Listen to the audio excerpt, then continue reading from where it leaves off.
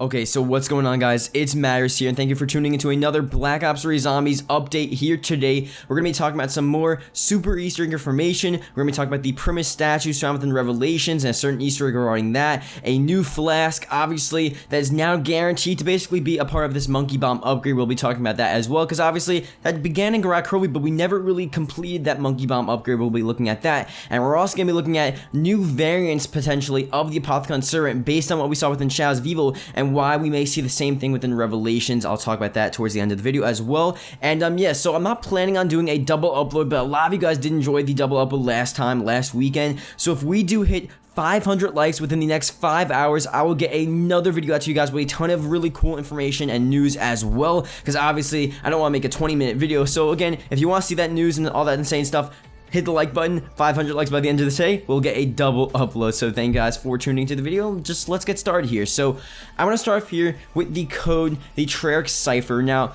the real DF. Obviously, you guys know he is a famous data miner. He has access to the leaked information, and he's basically confirmed to everyone that there is a super Easter egg. But now, within this, he's giving a lot more confirmation to a certain cutscene that's going to be here, in a certain situation where there definitely is a possibility of there being some sort of alternate ending. Within the code, he references Samantha's room. Maybe we're going to be going back to Samantha's room. Not so sure what the deal is with that, obviously. And there's also something as well. They use a certain code, and obviously they have ZM_Genesis_outro. I'm pretty sure it's just the same thing for Revelations. And they use a code base 64, and it's something that actually makes it so something is supposed to spawn in. So there's something in the code that makes something spawn in within this alternate ending cutscene. I have no clue what that means. I don't know if the ending cutscene is maybe going to be a cutscene where we actually like play around and do stuff in. Again, this is all up in the air. This is all just a crazy thing right now. We're just looking at different lines of code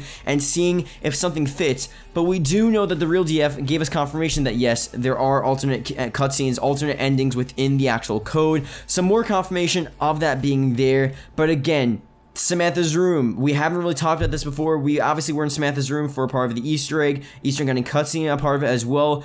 Are we going to go back there for some reason? I have no clue what the deal is. Obviously, it would make sense for the storyline purposes, but as of now, not so sure. But it's in the code, so it's there, man. Obviously, Treyarch has some plan to actually incorporate this room and Revelations and other maps for this alternate ending. So that is that there. So going to Revelations as well, we need to talk about the Primis statues, and this is already posted up on screen. The Primis statues are in Revelations, but had no involvement in the Easter egg quest.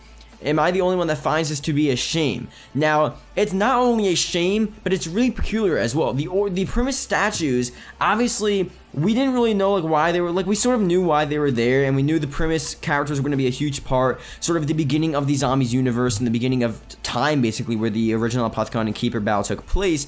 But then, because we saw the Easter egg ending cutscene Revelations, and these characters form into the Primis crew with the staves and, you know, all these different crazy Templar zombies and Templar sort of fighters at that time. I guess they weren't zombies in the Easter egg ending cutscene, but the Templar fighters, that whole stuff was signifying that those Primis statues are of the Primis characters that we saw in the ending cutscene. Now, what people have been saying is that maybe the super Easter egg is after the Revelations Easter egg ending cutscene, and it's actually involving everything that's happened, and that's like the true ending to the storyline. Because Revelations, because of that ending, it really makes it seem like it is taking place within the Great War, which is before the whole timeline of zombies. Even though those characters had the blood vials, even though Dr. Monty had everything he needed to do to complete his goal and create his new world, they teleported back in time to Revelations. The Primis characters at the end of the Easter egg ending cutscene were there, and then that's where the new world started. And these statues obviously are in remembrance of these Primis characters, and obviously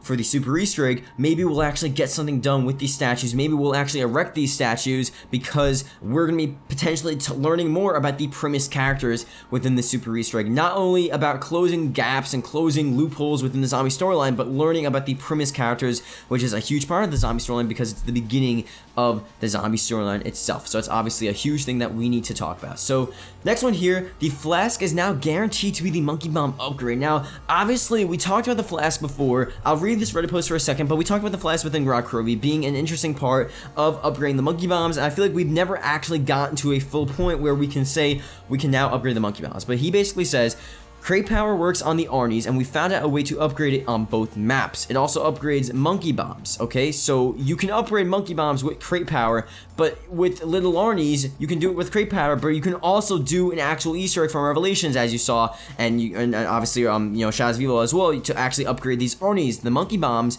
you still can't do some sort of upgrade. And we do know sort of the first step, however many steps there are for this upgrade, is to get 50 kills with the monkey bomb. A flask with a blue aura will spawn. Normal things with the aura can be walked around and activated, nuke, insta kill, etc. However, you have to press interact to pick this flask up. Look at the simple upgrade in Arnie, or with the simple Arnie upgrade in Revelations. Why would it be the same sort of thing with the monkey bomb? Why is it not there? Again, that's basically signifying that even though we only sort of know one step, there's only probably one last step left into upgrading this monkey bomb and finding like a legitimate Easter egg to just quickly upgrade the monkey bomb, just like little Arnie's on these two maps, Shadows of Evil and Revelations, and that's basically it. So again, hopefully we actually progress with the monkey bomb upgrade very soon, and you never know, the flask, we need to maybe play around with it a bit more, and that's all. And then we're basically at the end of that Easter egg there, so just want to add that in for you guys.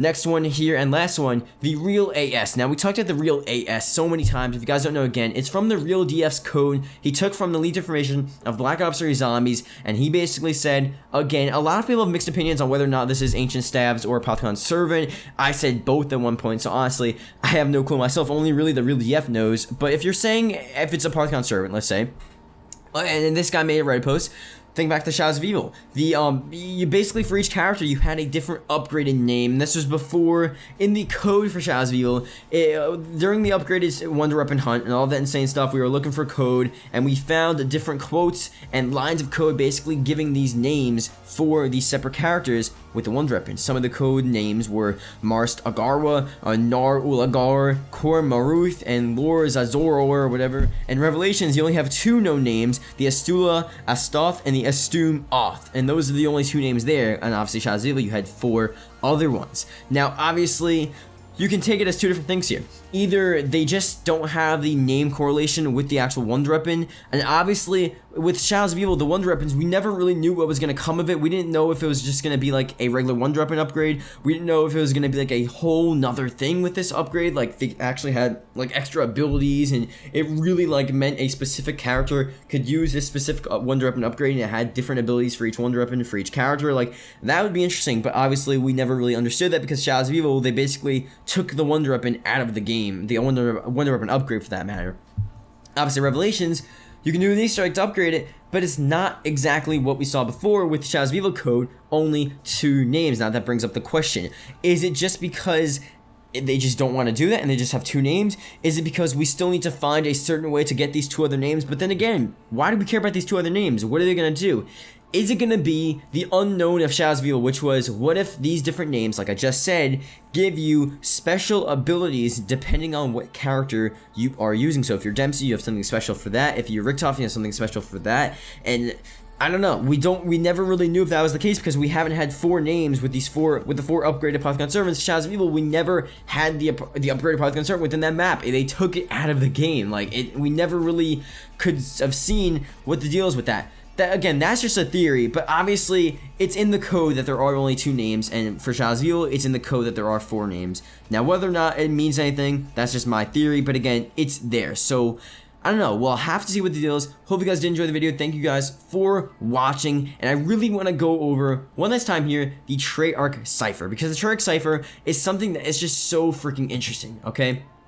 Going through the code and looking at everything here, it's sort of hard to figure out what this super Easter egg is going to be. And I know a lot of people have been saying, I've been looking on Twitter, this is just a little end of the video. Basically, they haven't been completely denying the super Easter egg, but I feel like people are sort of just like, oh, there's no super Easter egg. What do you mean? Like, it just can't happen. Why would they do this? They just have a calling card. They just have like a katana, or they just have like a random achievement that you get. It's like nothing really else there. There's honestly like so much evidence, there's so much freaking evidence for a super Easter egg. There's been evidence dating back to 4 or 5 months ago regarding a super Easter egg being within this game. So much stuff within the code, the real DF, Jason Mundell, the actual game itself, Revelations. It's honestly hard for me to even think like, I think it's honestly possible. Like when I legitimately think about Super Easter Egg, and I think about the Revelations Easter egg ending cutscene, how it didn't really answer all of our questions, and it didn't really answer the whole storyline, and it almost sets it up for the next game. But the Super Easter egg really ends off the Black Ops storyline, the true Call of Duty storyline, whereas the Revelations cutscene, the ending cutscene there, it sort of sets up the storyline for the next game with Dr. Monte's New World. That's what I think is the issue there. I think obviously the Revelations Easter egg ending cutscene was incomplete, but maybe that was for a reason. So I don't know. Let me know what you guys think in the comment section below. I really think it's something to think about, honestly. It's just so possible. You have a storyline standpoint, a leaked information standpoint, a game standpoint, Jason Blundell hinting at it. It's just so freaking possible, and it's hard for me not to believe it. Again, it's not confirmed. It's obviously not confirmed by Treyarch, but there's so much like evidence. It's honestly insane. I can't reiterate it enough, you know. I don't know. We're gonna see very soon. Obviously, when the Xbox One PC version releases, we'll actually get definitive information regarding whether or not this is gonna happen or not. And you know, once that day comes, you know, beginning of October, we'll start on the hunt and we'll really get some information there regarding the Super Easter egg. But as of now, I think it's just safe to say that we should be expecting some sort of thing. Again, I will be updating you guys every day on what we actually get, new information, new leaked information, all that insane stuff regarding if it's possible or not. But I think as of now, safe to say that it probably is going to happen. So thank you guys for watching the video. Hope you guys did enjoy. I'll see you guys later.